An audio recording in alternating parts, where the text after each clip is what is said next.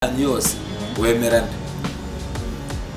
umuntu ngiye kuvuga ntaziyemere kandi ntaniyemere umuntu nyensipira nkamukunda nkabona ibintu ari gukina ndi kubireba nkumva ndaseka nkumva bihari ikintu binyunguye cyangwa se bigenze gute umuntu nyensipira akina neza ariko ntiyikine n'uyu musore witwa sekateri. Sekateri ubikora neza akoze impamvu ubikora neza nuko ubisekeye.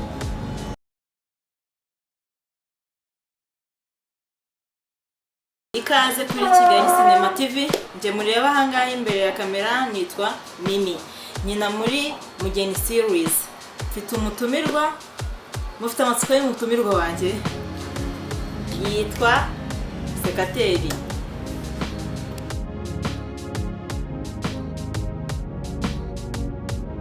Yahageze yitwa Sekateri nabibwiye. Yeah. My name is Sekateri, my name is Zadman. Muranza benshi cyane nkunda gukina comedy, ngakina filme kuri Mugeni Cinema series. Mwami yango kabisa. Filme yacu yitwa Mugeni series. No, channel yitwa Kigali Cinema series. TV.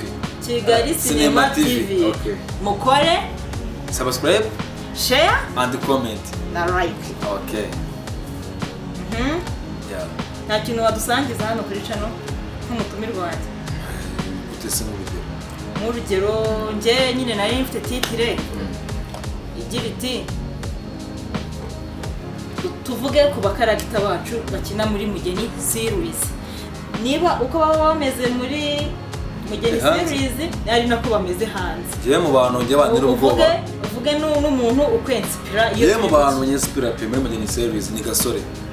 Gasore umufana wanjye kabisa ndanamwemera cyane peace kabisa amungu ari ku ishuri.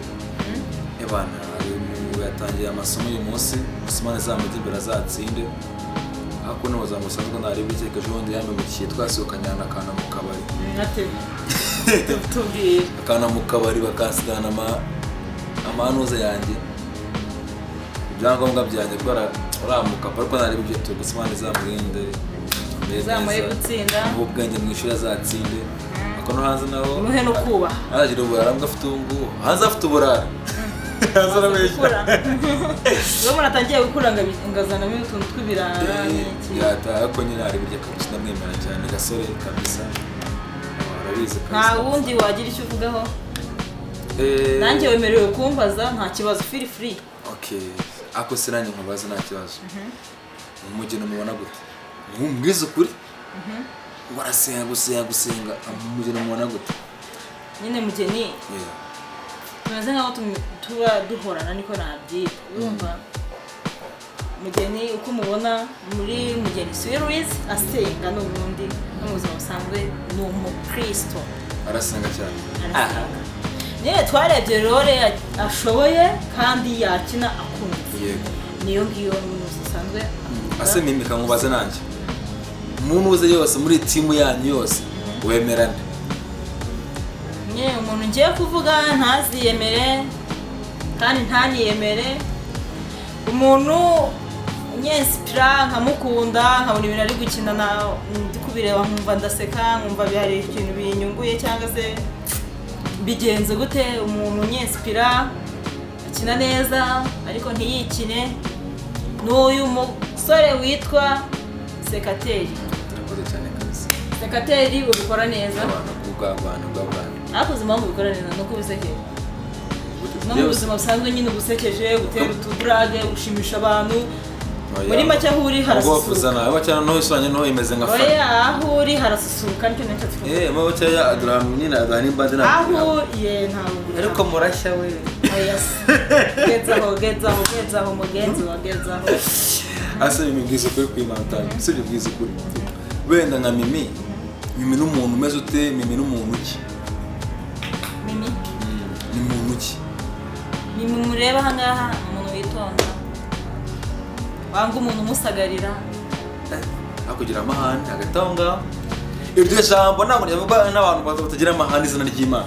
Niba ngira amahane uramaze abantu mudukurikira muzatubwire ko hari amahane oya akantu gusagarira ko jewe umuntu usagariye tumutere kofi oya mu Kinyarwanda mu ukuri rekeraho byarangiye rekeraho nta mahane muri comment yasabyandikemo nta mahane ngira ako nyine urasenga cyane ndasenga ariko ibyo byatene ntabwo mbizi umusenga cyane no gusenga bitandukanira he nandukanyiriza gusenga cyane n'umuntu usenga nyine gusenga mvuga no kwizera Imana ukumenya n'ibyo Imana ishaka ndayizera ndanayubaha nemera ko inariho nanda byemeka inariho ese nire jambo muri Bibiliya yari gufasha niri rimfasha ijambo rimfasha mpora nsoma mba numva nahora nditekerezaho nandibazaho kenshi cyane ni Yobu 28 umurongo wa 20 izina ry'Imana mvira ye datawe uvuze ngo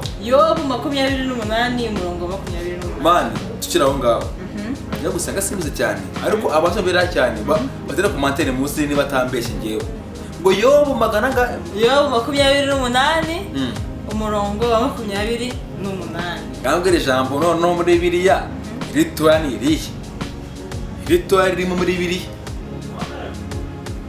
tarimo ni rihe tubese uzajya ngo nyine ngo urabona mbizi ukuri ni rihe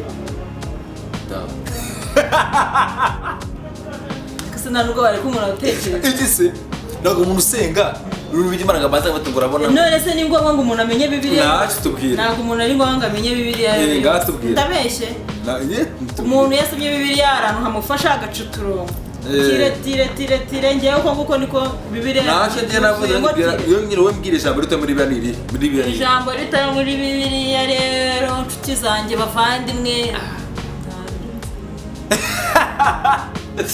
harimo ririmo ari nuko Yesu ararira ndabese rata nuko Yesu ararira kanye Bibiliya wanyereka ijambo ryanditse ntago mazi ariko ririmo hari yego mana yanjye ntago bakuru yewe bambajije ijambo rifasha naho ryanditse narikubwiye nawe niba iryo jambo ririmo iki iryo jambo navuze se riri muri yo 28 umurongo wa 28 mwagiye kuhashaka se nanabasomera havuga twumve okay reka mpavuga kugira ngo ngewe mwemeze nizere ko nawe uri bumbwira ahantu handitse nuko Yesu ararira ngabwira twumve sha nziko yawe muri ya David no kuri nabibabwiye nazo basanzwe uyu muntu arasetsa pe niba ari butumwa mvuga n'umurongo wanjye simbizi baka ntacyo uvuga umurongo yo 28 umurongo wa 28 haragira ngo nuko yibwira umuntu iti dore kubaho Uwiteka nibwo bwenge kandi kuva mu byaha niko kujijuka haleluya amina haleluya abanga wa rero kiraho ngaho noneho ngambwira basi n'indi jambo niri jambo ryo muri Bibiliya yindi ndakiraho ngaho wacisha oya se uko muga tumunga kuvuga ngo Yesu oya mfite amagambo menshi Yesu yarapfuye ariko ngarazuka oya commentaire mu tutere kugira ngo nyibagize vuga ahantu handitse ngo nuko Yesu ararira etape kuri etape uvuze hamwe nawe vuga hamwe okay nta kibazo ntabwo mazi gusa aho nzi ni hamwe ngo nuko Yesu ararira byanditse bwira abantu bari muri David bari muri Yakobo abo ntabwo mazi mwumve mutwumve ntabwo mazi bari muri David ye ntabwo mazi bari muri Yesaya bari muri Yakobo ntazi naho byanditse ntabwo mazi ntabwo mbese ntazi naho byanditse hakuririmo ntaririmo aratubeshye nta fakti rifite iryo jambo yari abarizi mutubwira ahantu ryanditse ukuri tambeshye suje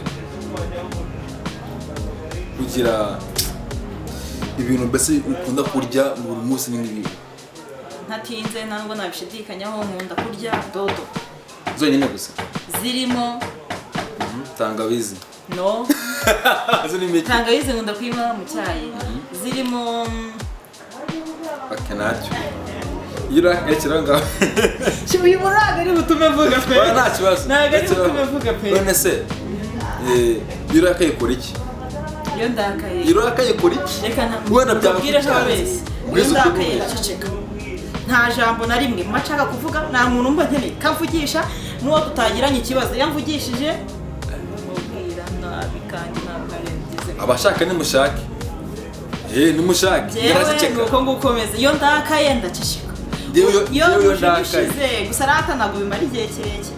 Iyo ndakaye cyane n'iminota 3 bimara. Iyo ndakaye mwe na muzehe ngiyewe sekateri. Iyo ndakaye bakumbukinya wose mufitire mu mutwe wanjye mu hano. Songa ubugari bwanjye amara kubusonga neza. Izina ry'Imana. Reka tutonye itongi rya danje rekanda gutya. Naburya neme. Bwana ko butanuka kumurya nishimye. No, namara guhaga ubukanje cyubita ibitotsi. Bikarangira ko numva bigoranye ubwo bugari budahari nabwikopesha. Turashize. Amadeni tayari mu byumve ni Mr. Amadeni. Aya. Kubera umushinya rumva ntabwo byarangira umuntu atarakaye. Anyway, ntabwo wabwiye abantu ukuntu hanze biba bimeze. Ni umuhanzi. Ndiyo ndi umuhanzi bro. Ndi umuhanzi nkaba ndi bitaraca. Kunt haracyari karemano. Ndi umuhanzi tunanjye bayita Zad Songs. Indirimbo yanjye bayita Sweet by Zad. Yeah. Munyarukireho muyirebe. Yego.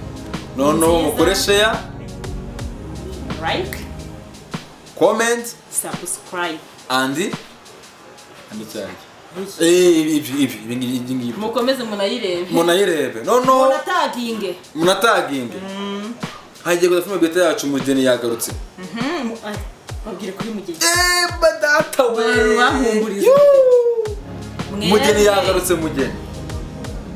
Yaje noneho mugeni. Nta amatsiko. Ndiye kumizana rya Yesu. Ni yose. Uyu mukobwa ni imbambare. Akunda ibyo ariko ibisubizo ni muri mugeni. Shaka sore ibyo. Uyu mukobwa mugeni no muri mugeni no mu buzima busanzwe. Ntabwo. No mwana mwiza muri mugeni. Hanze ntabwo maze neza ariko nabo basangira ugira amahane ariko nta kibazo twe n'undi hanze. Abakunda n'abakunda ariko Reba ngombwa bankira muri kiliziya bakangira umutagatifu bakazajya banyezigira.